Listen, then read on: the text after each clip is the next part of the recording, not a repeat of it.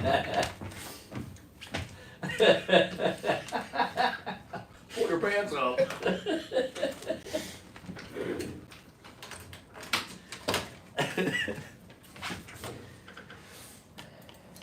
Alright. There's no reason for it to be this cold in here.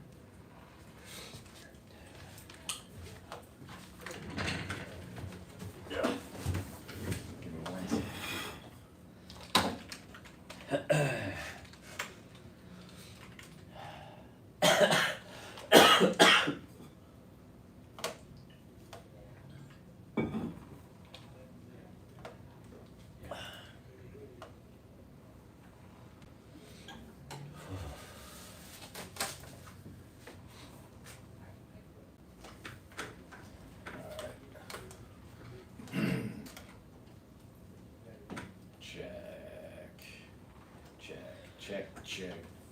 Check. Check. You got something off on your side.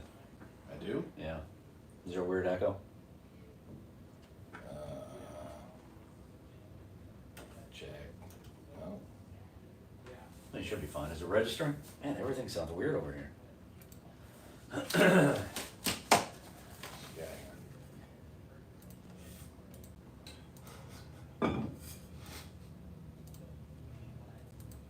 Give me a check.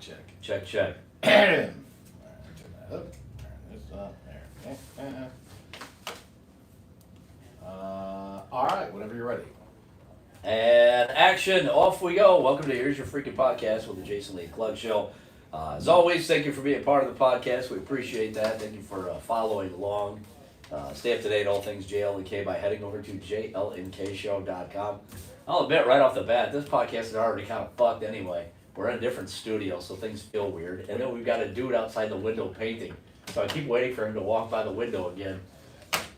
Peer his beady little eyes. What's going on in here? Yes, sir. This is the men's bathroom. Yep, that's it. There he is right there. Oh, no, that's a new guy. Oh, a different guy. Alright. Our other studio is being used, so we're in the satellite podcast studio. All right, so what are we going to do on the podcast today? We're going to learn about the lifespan, how long does the condom in your wallet, how long is he going to live in there? We'll talk about how you can still have sex even if you have kids in the house. We're going to talk about things we wish our partners did more of in the bathroom. We're going to talk about Bonnie Blue's new gross stunt. And we'll talk about what's the difference between good simping and bad simping. We always thought that they were all bad, but I guess there's some good simping in there that'll help get you somewhere. Let's start right here, though, with... Hey, they've got no idea they're on either. This whole podcast is just going to be painters' asses walking by the entire time. You know, big things are popping. We're getting the mothership painted outside. No big deal. Raising the value. All right, let's start right here. We've got a panty thief. Except this is the lowest. If you were going to steal panties, where are you going to steal panties from? Obviously, you're not going to say... I don't know where you would steal panties from. You're not going to say Victoria's Secret because obviously someone like Warren doesn't want the new panties. No. He wants the roughly used panties. Hey, even the camera's crooked. This is the shittiest podcast. I don't know what quality of panty you're going to find here. You're going to probably find quantity, but I think the quality is going to be terrible because a 44-year-old man has been arrested after being accused of stealing panties from the laundromat. That's really bold because the odds are pretty good that whomever those panties belong to is there watching. They've set a panty trap ready and waiting. He attempted to swipe 4 pairs of women's underwear from the laundromat. He admitted to the attempted panty heist, and then he confessed to have stolen women's underwear about 100 times since September of last year. And then a search of the suspect's home turned up what? Panties! His collection of panties. Oh. 450 pairs of panties. They call them pieces. I don't know why they call them pieces. It's pairs, right? It says in front of me, 450 pieces of women's underwear. Oh, okay, maybe it's bras and panties. Oh. Okay. Oh. He wants the tops and the bottoms. How long do you think a condom lives? Don't they have an expiration date of like 36 months? I have no idea. I've never had one that long. I always burn through them so fucking quick. Actually, condoms live a lot longer than you think they do.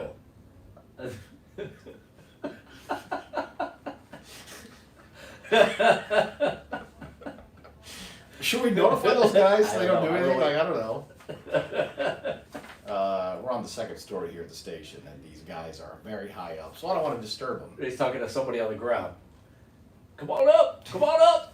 Come on, Yeah, those fucking idiots are in this room. come on up! Why don't you fucking do something today? Why are you in the parking lot? We're painting up here. Get the fuck up here! Get the goddamn player! Get over here, motherfucker! Get up here! Go fuck yourself, man! Get out of here! You're fired! So he's got a smudge of paint on his arm. How distracting. We should have dancing boys in all of our everything. We do. There he is again. Oh, there he goes.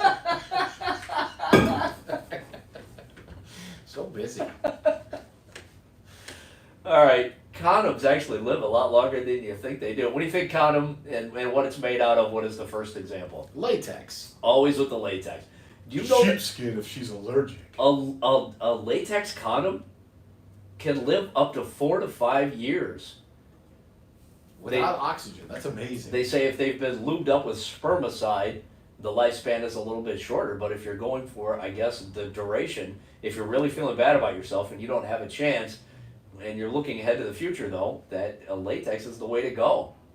I'll keep that in mind should I get back in the condom game. Oh, you know what? Polyurethane ones also last 4 to 5 years. They say, They make polyurethane condoms. hey, this takes the sexy right out of it. Polyurethane, they're made of plastic and are thinner for pleasure.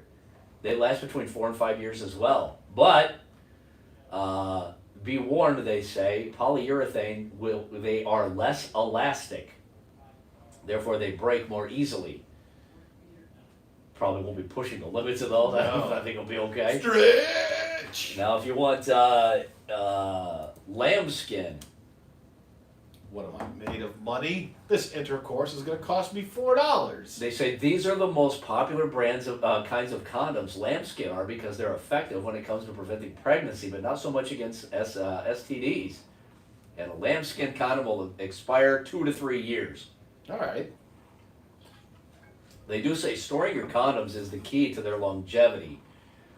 What? Avoid keeping in your wallet, in your car, and in the bathroom where humidity and steam will affect their lifespan.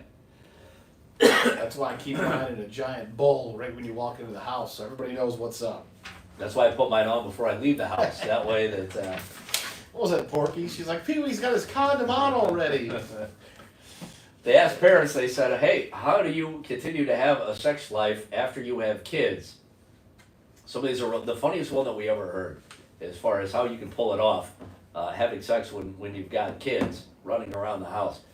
Somebody said that their parents used to take like 7 quarters and throw them out in the yard. Whoops, take 7 quarters and throw them out in the yard and then tell their kids to not come back in until they found the $2.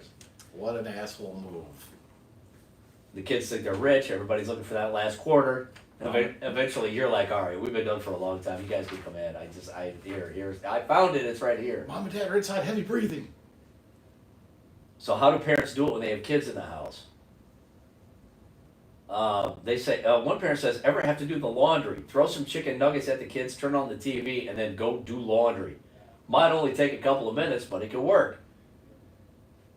You know, some of these could also be applied if your mother-in-law lives in the house right across the hall from you. We could even change the whole thing. How do you have sex when your mother-in-law's in the house? You wait for her to go out for cigarettes, and you can look at her pack and know she's getting mighty close. She's only got 3 smokes left. I'm like, oh, buddy, about an hour from now, we're going to be money. It's the most white trash thing I've heard in a long time. Hey, You fuck brought you. That's how some of us live in this podcast. If I were you, I'd sneak some cigarettes outside myself. I'd be Yeah. like, poof, poof, poof, poof. Well, we run a little low there on She's the down to one. She's like, wow, I thought I had half a pack earlier. I'm like, you did, baby, smoked them. 1 Winston. 2 Winstons. One mom says we both remote work and we have a rendezvous meeting during the day whenever we have time. Okay. You want to have sex when you have kids? Don't allow your kids to sleep in your bed. Set a bedtime. Yeah. I think that's how most people do it. Yeah. So don't let your mother-in-law sleep in bed. You need to say, listen, you have your Get own up, room. go over there. You have your own room. I've read all the stories. I can read you.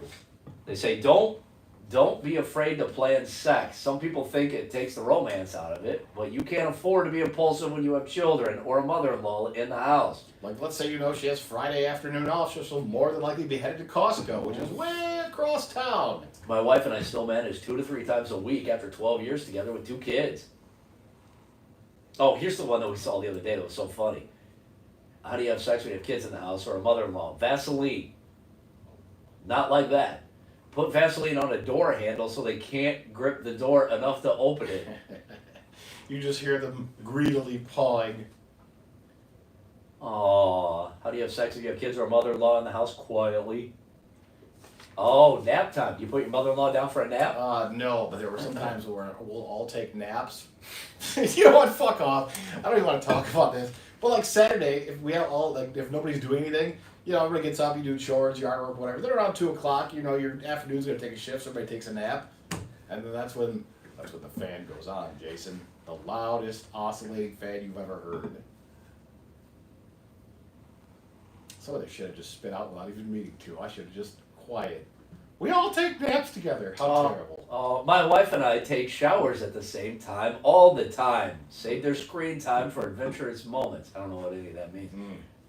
Isn't that just the same thing? If you say, if you were a kid and mom and dad said we're gonna go take a shower, you after the age of like 8, you know what's going on in there, right? I don't know. We were always distracted with video games and stuff, but I remember my parents would say, "We're gonna lay down for a bit." Like, all right. Oh, that's nice. Fuck. Yeah, and it turned out I have 6 younger brothers and sisters. Uh-huh. Those naps pay big dividends. I don't remember what we were talking about on the podcast last week. Something about something that we wish. Oh, the things where you're too afraid to bring up to our partner that you want to try sexually. From the same people, they have they asked this same part of the same survey. What is something you wish your partner would do more of in the bedroom? I'll take the most obvious one out because it's going to get hammered. More foreplay. I can't possibly do more than I already do. Is that good? Is that good? Looked down at my Fitbit, I'm like, oh, it's been a couple minutes now, man. What do we want our partners to do in the bedroom? Give more direction. Tell me what you want me to do. Yeah, sometimes that crosses a line, though. Be more spontaneous. We can't. We have a mother-in-law down the hall. Aha! Oh, this is sad. What do you wish your partner would do more in the bedroom? Tell me I'm good. Make more noise. Be more confident. Dominate. Because telling me I'm good, the same as there. There. Pat you on the back. Give you a hug at the end. Yep, you did good. You did your best. Go outside the bedroom. We can't. There's a mother-in-law down the hall. What do you wish your partner did more in the bedroom? Morning sex. I still don't understand really what this is. This sounds like something you would do for a sunburn. More aftercare. Oh, that's that whole after. That's part of that is saying you did a good job. Isn't that was that good for you? Isn't aftercare usually involved after you've done some wild shit? Yeah. That's what I Maybe think. Dirty Old Fat Kid tell us that's what everybody needs to calm down. Right. Because you And then you have an hour of aftercare, you would say. Yeah. But that's salve your wounds. Yeah, but that's after you've done some crazy shit. Yeah. I get it. But if you're just having regular, we've been married for 20 years sex, the aftercare that's not necessary. No. You good? Everything fine? I mean, everything fine. Bonnie Blues at it again. She has come up with a new sexual challenge for her OnlyFans page. There are some things you hear about and they're titillating, and then you hear some things you're like, oh, that's hot, or that's really over the line. And then this is gross. When I heard this again, you feel fucking sad. Bonnie Blue has decided she's going to be tied up in a glass box that's open to the public, it being her. She said her master plan for the stunt, she wants to get railed by 2,000 dudes in a day. They say, I don't even want to be in the vicinity of a crowd of men that are gathering to jump their place in line. hey, he's cutting. Like, Guys have the option of getting involved or just walking around and watching. For those keeping score, they say it should be noted that in a single 24-hour period, that's 1,400 minutes. So obviously you can figure out the math from there. with 2,000 dudes in 1,400 minutes. That's less than a minute per dude. Yeah, didn't we figure out that was like just less than 50 seconds? So I mean, It's plenty of time. Well, well, I'll I be mean, good. yeah, I know, but I mean, you're hour 12, 13. What do you do? Just pack yourself in ice after that? Also, when you say open to the public, that always implies to me you're like out in the town square. That can't be the case. It's very Game of Thrones-ish. Oh yeah. All right, what's the difference between a good simp and a bad simp? Simp is one of those hilarious words that everybody uses, and I guess we've been using it incorrectly. The term simp made the rounds on social media, obviously, a few years ago. The word simp goes back how far? Holy smokes. 5, 8 years. No. The word simp actually dates all the way back to 1903. Simp is a shortened version of what? Herbert Hoover was the first simp. Simpleton? That's it, simpleton, yeah. All right. In 1923, the New York Times had an article calling out simps. Calling, Hey, you go back and read the article now, it's like a time machine. Listen up, simps. calling out simps. They called simps bachelor simps afraid to take a chance and too tight to share their earnings with their wife. Whoa. Well, I don't think there's anything wrong with that. There's nothing wrong with that. I mean, you don't need to fight fight. to share Yeah, I that. take care of you. There's no need for me to Yeah. fucking spread this around.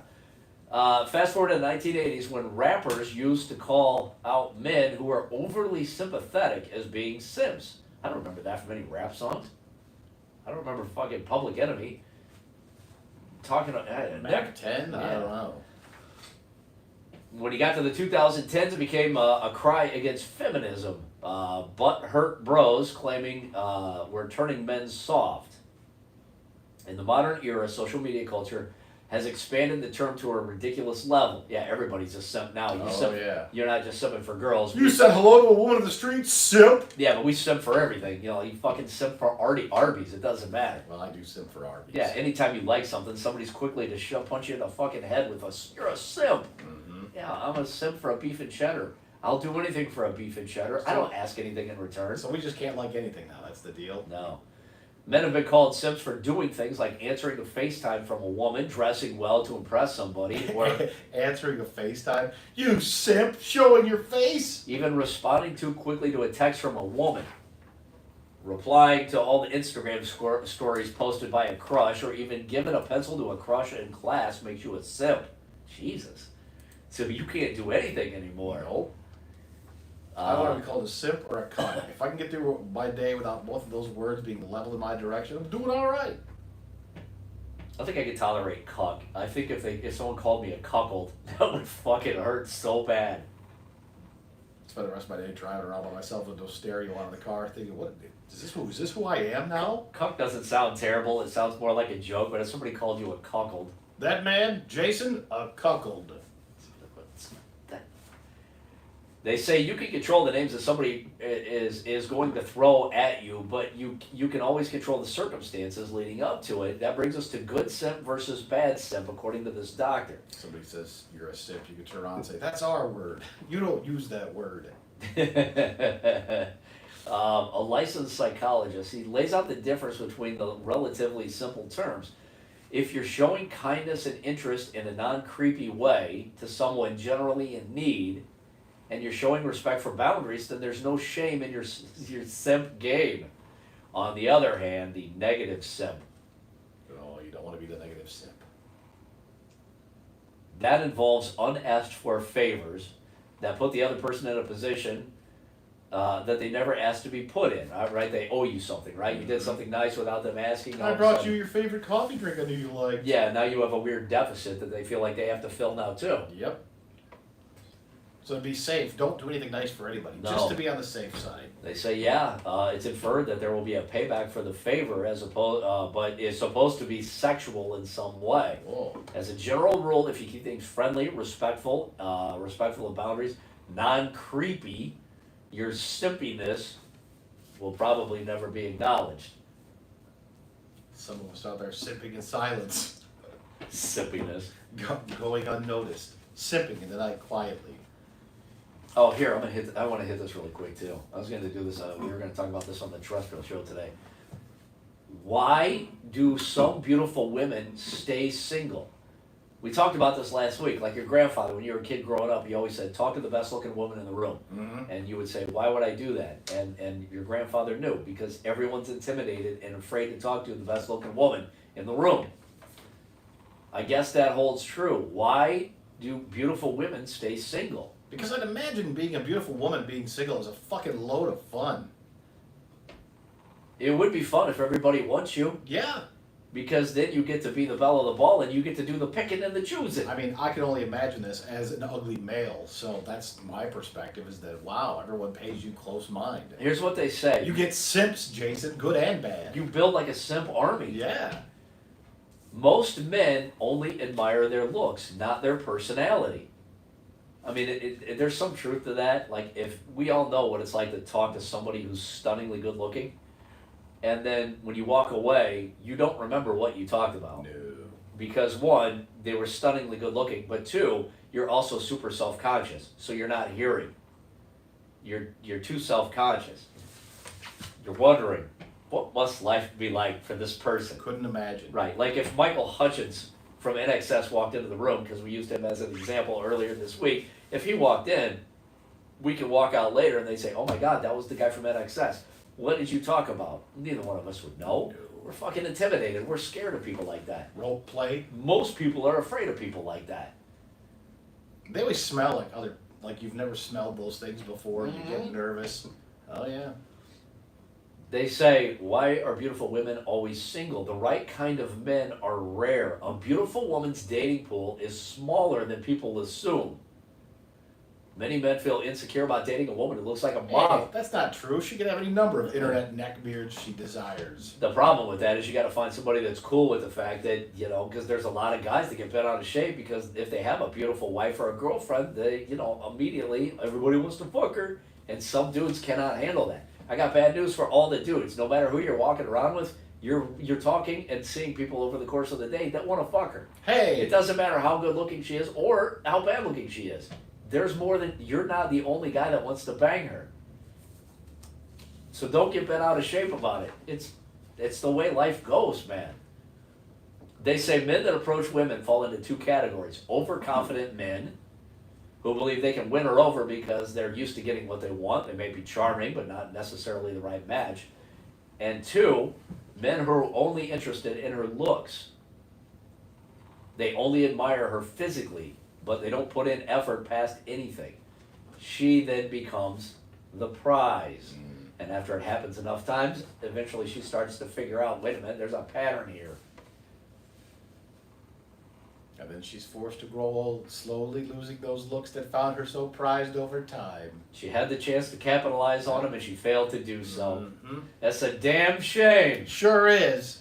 They say the reason why beautiful women are single, men want to feel like they're on equal footing. Many men prefer relationships where they feel equal. Dating a beautiful woman can make a man feel insecure, like she's out of my league. And I hate this one. I bet she has better options than me. Oh yeah, or give me on the live stream. You're a lucky man is just a nice way of somebody saying, I want to fuck your wife. Right. The burden of being seen as too perfect. A beautiful woman often faces unrealistic expectations. They assume they should always be confident, happy, and successful at every aspect of life because they're good looking. What we don't realize is, yes, she struggles. And when they struggle, we dismiss it. Oh, it can't be that hard, you're good looking. Yeah. Life hasn't been as cruel to you as it has been to me, the ugly human. Beauty doesn't... Children recoil when they see my face. Oh! I got a pretty nice pad under a bridge, though, if you'd like to come over, hang out. Beauty doesn't protect against heartbreak. At the end of the day, beauty doesn't shield a woman from bad relationships, loneliness, and emotional pain. Many stunning women face the same struggles as everybody else. Not the I don't same. think they're the same. We They are stopped right different. there. I mean, I get the As I heartbreak. say, I get rich people have hard days, but their hard days are different than our hard days. Right. Here, we'll wrap on this because, man, this has got to be a terrifying moment. A fellow by the name of Christian, he lives in Modesto, California, has been arrested, broke into a woman's home, and immediately does what? She was asleep, by the way. I'm gonna guess because this is the podcast we're addressing it. He masturbates. He licked and bit her toes That's while she even- was sleeping. Even worse. The man allegedly had been stalking the woman at her job earlier this year, broke into her house. She woke up. Oh my God. So he licked and bit, chewed on her toes a little bit, and then she woke up when he tried to lay down with her. She called 911. I cannot blame her. Police found him near the woman's home the next day and took him into custody. So he managed to get away the first time, and then he came back in the morning. He faces charges of sexual battery, burglary, stalking, assault with intent to commit a felony. He is now in the county jail Hey, when somebody- with a much different wad of toes in front of him. When somebody tickles your feet, your natural action is to kick. And that's Uh-huh. a great way to get a foot in the face is to unsuspecting start licking and nibbling on toes. If you're a foot guy, though, those are the chances where you convince yourself, these are the chances I have to take to get my jollies. Yep. And he was hard, probably. Gross. So there you go. There's the podcast for this week. As always, thank you for taking time to check it out. Shout out to the painters. Yep. I guess they went on break. It Thankfully. is around lunchtime when we do the podcast. Stay up to date on all things JLNK by heading over to jlnkshow.com, and we will see you next Tuesday.